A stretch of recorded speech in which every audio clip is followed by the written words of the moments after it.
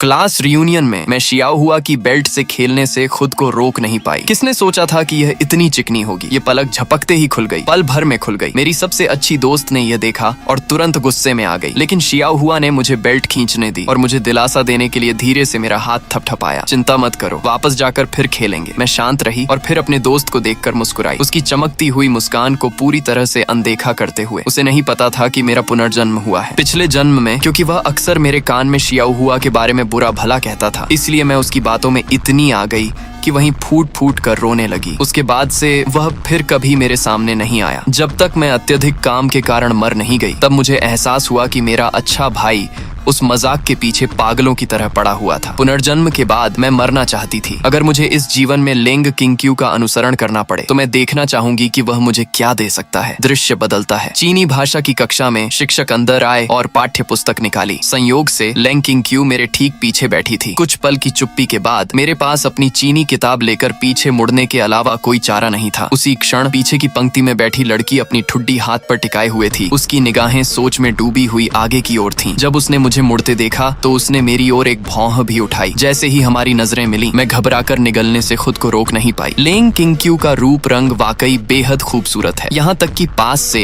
आमने सामने देखने पर भी वह बेदाग लगती है। अभी वह सिर्फ 18 साल की है। साधारण स्कूल यूनिफॉर्म पहने उनमें युवा ऊर्जा और धूप की किरणें झलक रही हैं। सूट और टाई में उनकी छवि से वह बिल्कुल अलग है। जब बाकी छात्र छात्राओं ने पाठ करना शुरू किया तो लेंग किंग्क्यू और मैं चुपचाप बैठे रहे। हम में से किसी ने भी पहले बात नहीं की। माहौल काफी देर तक तनावपूर्ण बना रहा, जब तक कि मेरी कमर सुन्न नहीं हो गई। आखिरकार मैंने हिचकिचाते हुए पूछा, पहले कौन बोलेगा? मैंने अभी पाठ नहीं किया है, तुम पहले बोलो। लेंग किंग्क्यू का लहजा उदासीन था। उनका पूरा व्यवहार बेपरवाही से भरा था। उनके शब्दों ने मुझे पूरी तरह चुप कर दिया। क्या तुम मजाक कर रही हो? मैंने तो सालों पहले स्नातक की उपाधि प्राप्त कर ली। अब तुम मुझसे कोई पाठ याद करवाना चाहती हो? हथौड़ा याद कर लो। मुझे एक शब्द भी बोलने में संघर्ष करते देख लेंग किंग्क्यू ने बिना किसी भाव के शरारती मुस्कान के साथ कहा, ऐसा हो ही नहीं सकता। यहाँ तक कि सबसे होशियार छात्र भी इसे याद नहीं कर पाता। मेरा चेहरा अचानक लाल हो गया। आखिर मैं कभी स्कूल की मशहूर छात्रा थी, शिक्षकों की नजर में आदर्श। मैं बस उसे सिर हिलाकर जवाब दे सकी, अनजाने में अपनी नाक की नोक को छूते हुए। घबराहट होने पर या किसी जरूरी काम को निपटाने पर यह मेरी एक छोटी सी आदत थी, लेकिन मुझे उम्मीद नहीं थी कि मेरी इस हरकत पर उसकी नजर पड़ेगी और उसकी आंखें थोड़ी गहरी हो जाएंगी। थोड़ी देर बाद वह खिलखिलाकर हंसी। क्यों ना तुम कुछ अच्छा कहो, मैं तुम्हारी जगह ले लूंगी। अगर मैं पहले जैसी होती तो मेरा चेहरा एकदम लाल हो जाता। मैं उसे घूरती और 10 दिन या आधे महीने तक उससे बात करना बंद कर देती। लेकिन अब हालात अलग है ना? मैं एक पल के लिए रुका, फिर मेरे चेहरे पर मुस्कान फैल गई। तुम क्या सुनना चाहती हो? मैंने लेंग किंग्क्यू से पूछा। अब लेंग किंग्क्यू की बारी थी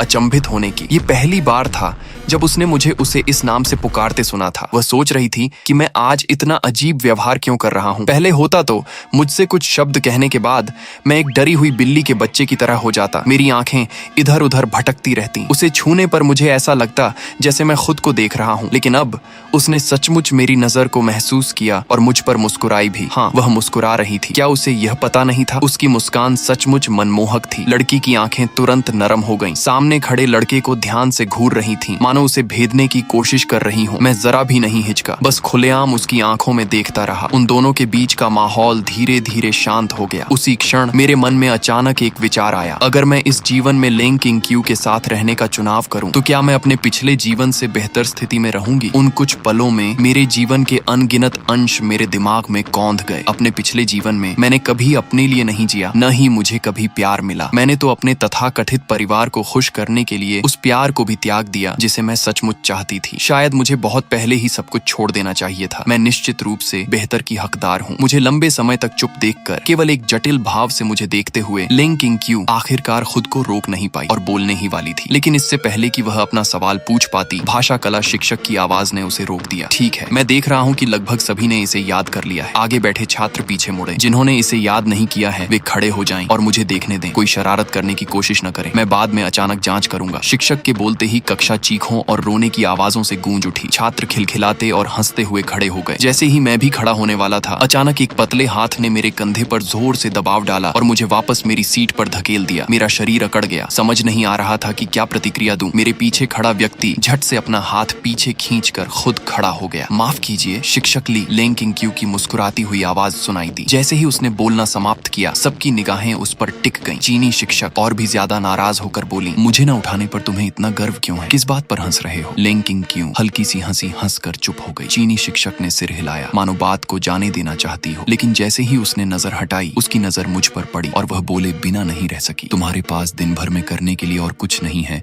सिवाय सामने वाले के साथ समय बिताने के, हुआई चुआन।